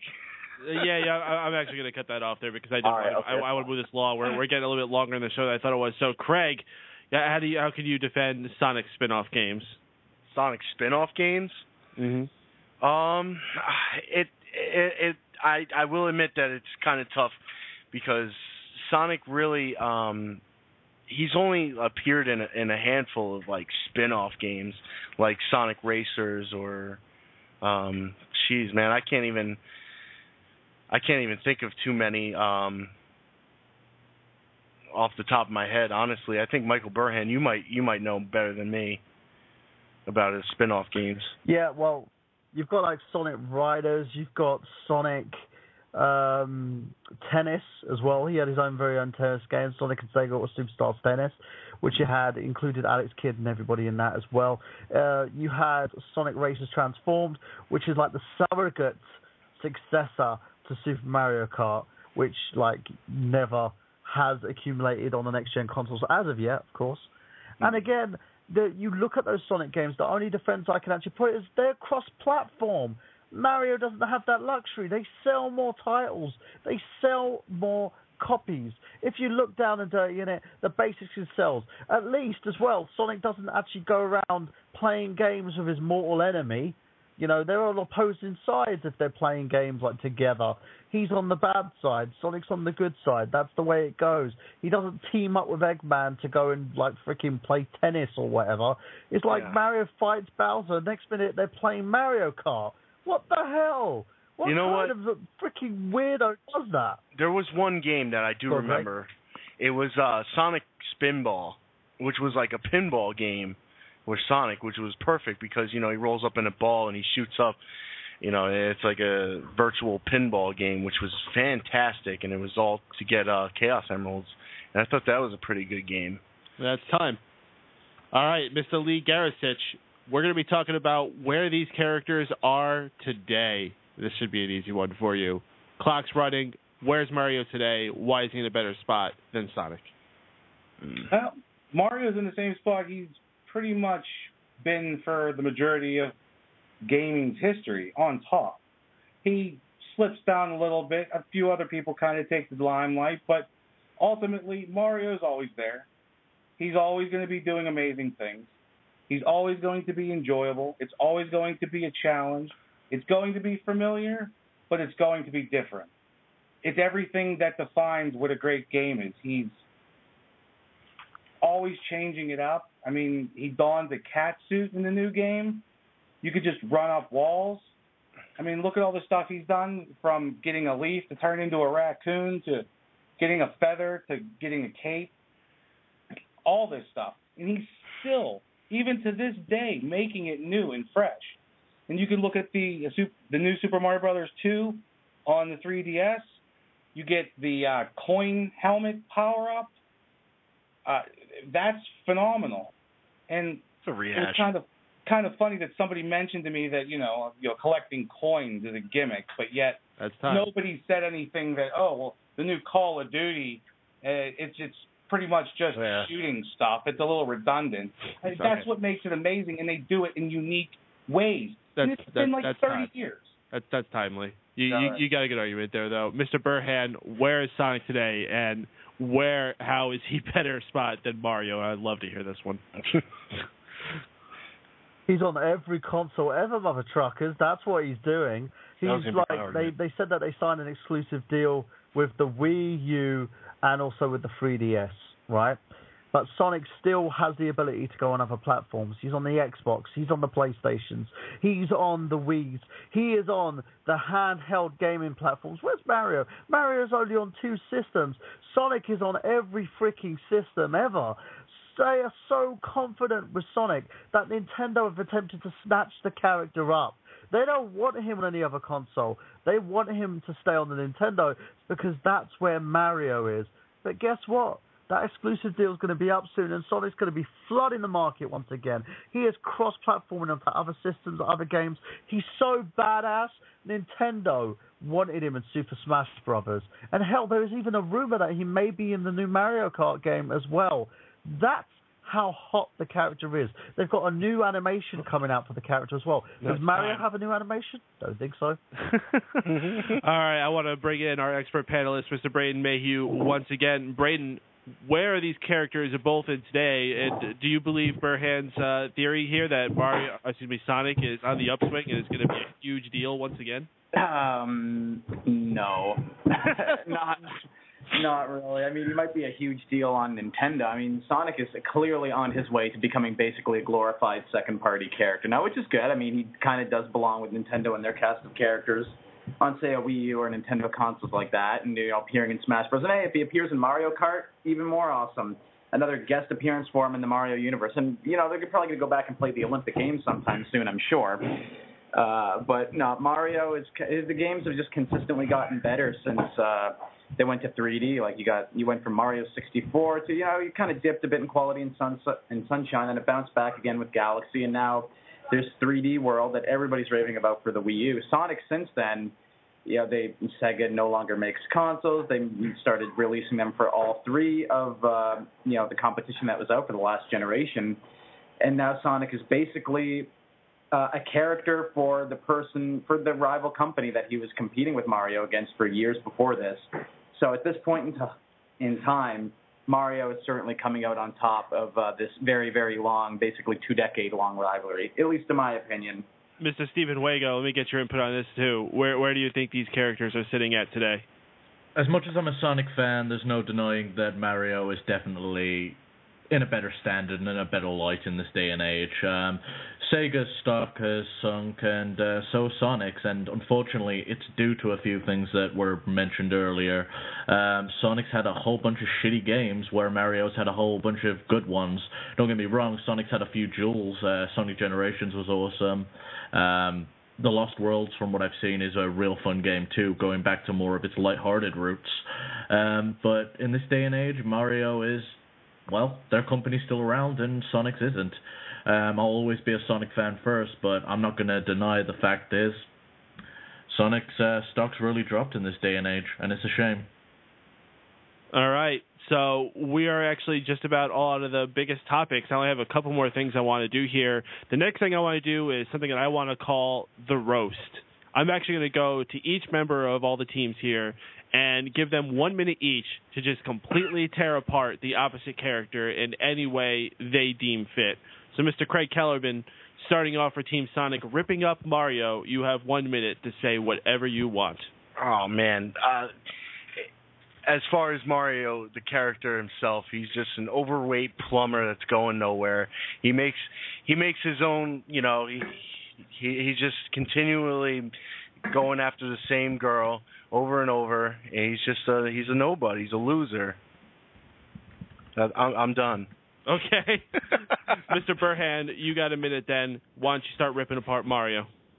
Easy. He's got a mustache that looks like a pedophile. His girlfriend has cheated on him numerous times with his mortal enemy.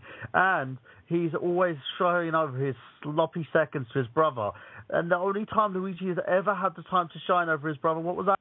Mario is freaking missing. He's trying to teach people how to type. He's got kids anyway. Children's games. He owned a fucking hotel, for God's sake. This guy has raped his name and put himself on every little bit of merchandise he can possibly have.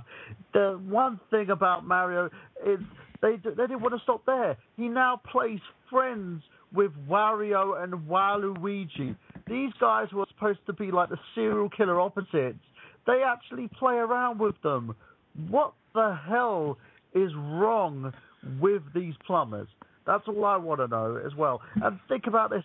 He had a bad cartoon. His cartoon show was terrible. Captain Lou Albano playing Mario. Are we freaking kidding me? That's time. That was close. All right. Travis. Hey, I got something funny. Mario had sex with Meg in Family Guy. Oh, yeah. Yeah. Okay. I Yeah, remember that. That's low. Yeah, that's low. Okay, Travis, you have 1 minute. Burn up Sonic. Okay, first of all, Sonic, yeah, he kind of started out and he got some really great games, but then, holy shit, as soon as 3D hit, so did his career. A lot of his games, since he made the transition to 3D, have turned to trash. Do I have to say Sonic 06? Do I? Yes, Sonic 06. That was the biggest piece of crap I've ever played my entire life, and I had the misfortune of it at not only one time or two times, but 3 times having the game in my collection, never beating it because it was unplayable. Sonic has by far he is completely in Mario's shadow at this point. He is number 2 for a reason. And we know what number 2 means, don't we, kids? Yes, we do. And also, Sonic had his own crap. He's cartoon. Remember that weekday afternoon cartoon they had? That made no sense. That was like watching a regular cartoon on fast forward. It was trash. Mr. Lee Garrison, 1 minute, rip up Sonic. I don't know, Mr. Burhan. You better watch out because Lou Albano is a legend. He played that perfectly to a T, and it was very entertaining and very memorable. A lot more than a forest creature wolfing down chili dogs. And really, how unique is Sonic's power? He runs fast. You could throw a hedgehog out of an airplane and get the same effect. It don't make it special. And again, we go back to Sonic has to be cool. He has to be cool to make up for the piss-poor gameplay, the lack of innovation. Hey, let's jump around and collect rings. I mean, Mario keeps it straight, keeps it forward. Sonic has to beat around the bush. It's not legit, and it's disappointing and an embarrassment. Done. All right. That was fun. All right, guys, we're going to go to the team captains, and we're going to do the closing arguments for each team. So the team captain for Team Sonic, Mr. Craig Kellerman, give your 1 minute closing argument for tonight. Well, for one, as being a Sega fan and being a Sonic fan, Sonic has always been the face of Sega, and I will always love Sega. I love their consoles. I always go back and play them, and I feel more comfortable playing Sonic the Hedgehog than I do with Mario. It's more intuitive. I get into the games more. I feel the character is more badass. I can't relate with Mario. I just don't like doing the same thing over and over again with him. And honestly, like, you know, even if Sonic's new games aren't as good, they rehash some of the good stuff, like with Sonic Generations, and Sega has always stayed true to its fan base on the Sonic camp. So there's my argument. All right, Mr. Travis Goss, you have 1 minute on the clock to do your closing argument. Every time I play anything by Nintendo, I always think about Mario, and of course it just goes hand in hand. Mario is definitely in the face of Nintendo, and rightfully so. The games that Nintendo has created with this wonderful Italian plumber have gone on to sell millions upon millions of copies of all of his games worldwide, and has brought Nintendo to the spotlight as being one of the most recognizable developers and publishers in video game history. And every time I play a Mario game, I always think back to the very first time when I was a kid, sitting in front of my Nintendo, playing Super Mario Brothers, and just being totally enthralled by it. The simplistic gameplay and the environments and the easy accessibility it is to control this fantastic character. And I definitely see a fantastic future with him, with many more wonderful games on the horizon, whether it be platforming, racing, or sports games. Nintendo knows how to make a wonderful game with this Italian plumber, and Mario, you're the greatest. All right, guys, that's going to wrap us up for our arguments for tonight. We're going to take one short little break. When we come back, we're going to be reaching our verdict for who won tonight's debate and who is the superior character in Mario versus Sonic. All right, everyone, welcome back to Geek Speak on Mega Powers Radio. We've been debating Mario versus Sonic for the last 2 hours, and it's about time we get to our verdict. This verdict is going to be decided by a series of judges that we have that are either people of the show or friends of the show or members of Fanboys Anonymous, really going to give us a nice varying opinions of tonight's performance. First off, I just want to say there are no losers here. Everyone on both teams did a fantastic job, made excellent arguments. To be honest, it's going to be very tough to pick a winner here. Have to say so. So first off, I want to introduce, just joining us on the line, the owner of Fanboys Anonymous, Mr. Tony Mango. Tony, what's shaking, dude? Thanks for coming on to the show for now. Thank you for having me. Fun debate that I've been listening to this entire time. People swaying me back and forth a little bit here. Yeah, you're not typically a heavy gamer. I mean, you were bigger back in the day, probably in the heyday of these two characters, so you could still appreciate the significance of the debate here, but... You know, where have you found yourself at the end of this? Alrighty, well, if we're going through our actual votes, both sides make good arguments. And in a general sense, a lot of these can be argued in circles because they're ties. In the argument of clothing, Mario has the red with the blue overall, Sonic is blue with the red shoes, literally splits this 50-50.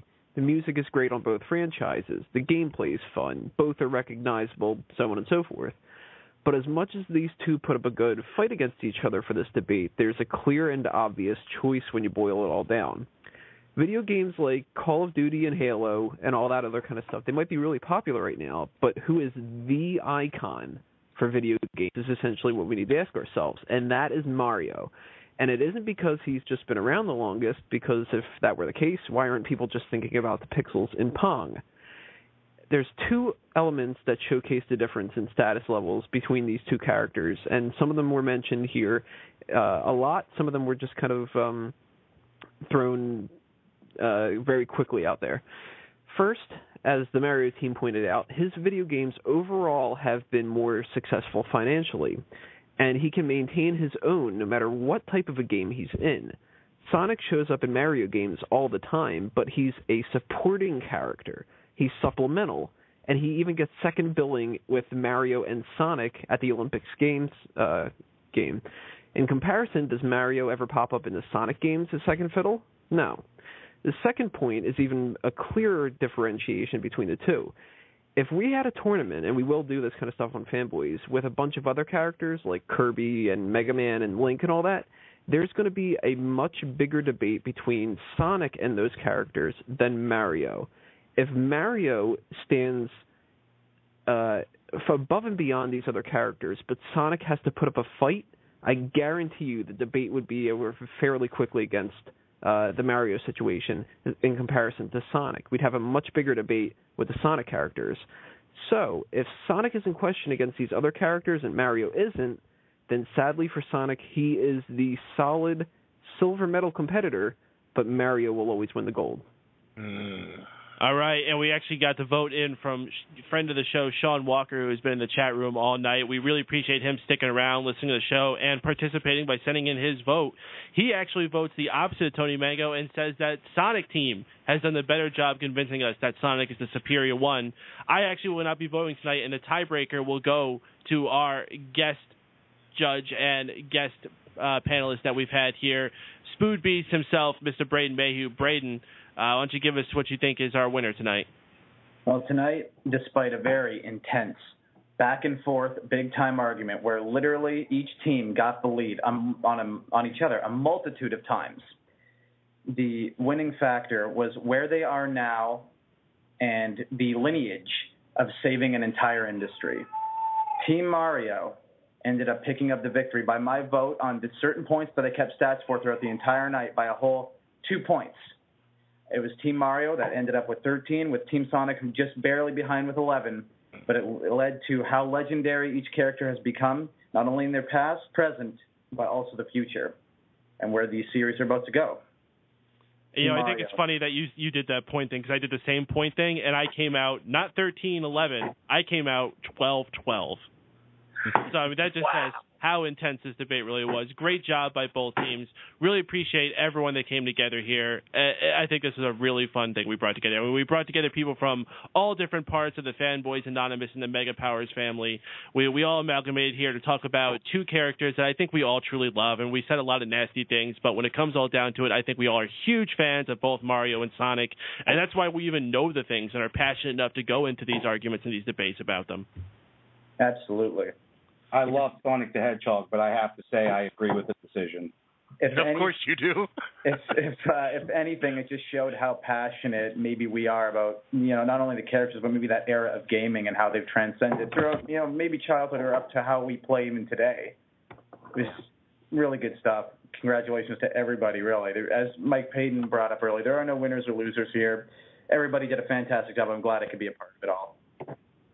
All right, guys, we're reaching about 90 seconds left of the show here, so we're going to be wrapping it up really quickly. Unfortunately, we're not going to be able to do full plugs, but I am going to be putting everybody's Twitter handle everywhere you're going to find this podcast. It's going to be on Fanboys Anonymous. It'll be under the YouTube video. It'll be in the iTunes and Stitcher feeds, so please support all these people. There's lots of great projects. Follow them on Twitter and see what they're doing on there. Lots of cool stuff. I guarantee you're going to find hours and hours of entertainment with everybody. Please check us out on every Tuesday here on Mega Powers Radio. We're going to be at 8 p.m. Don't know what we're talking about next week, but I guarantee you it's going to be something fun.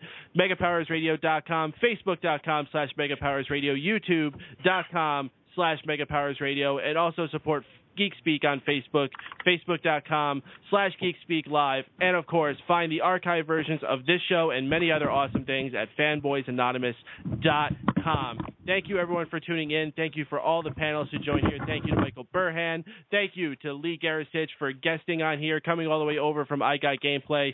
Thank you for Anthony Mango and Braden Mayhew for joining us and giving us their expert opinions on what went down here. And, of course, thank you to Travis Goss and Craig Kellerman here every week on Geek Speak. And, of course, I'm Mike Payton. Thanks, everyone, for listening. Have an awesome, fantastic night. Hail Mario. Mario has won this 25-year-long battle. Good night, everybody. I have come here to chew bubblegum and kick ass, and I'm all out of bubblegum. I'm gonna make him an offer again. Of the Juggernaut, bitch! It's not a tumor. You're tearing me apart, Lisa! I have had it with these motherfucking snakes on this motherfucking plane! Two chicks at the same time. I am the law! When you play the Game of Thrones, you win. You die. Oh, no, not the beast! Not the beast! Ah!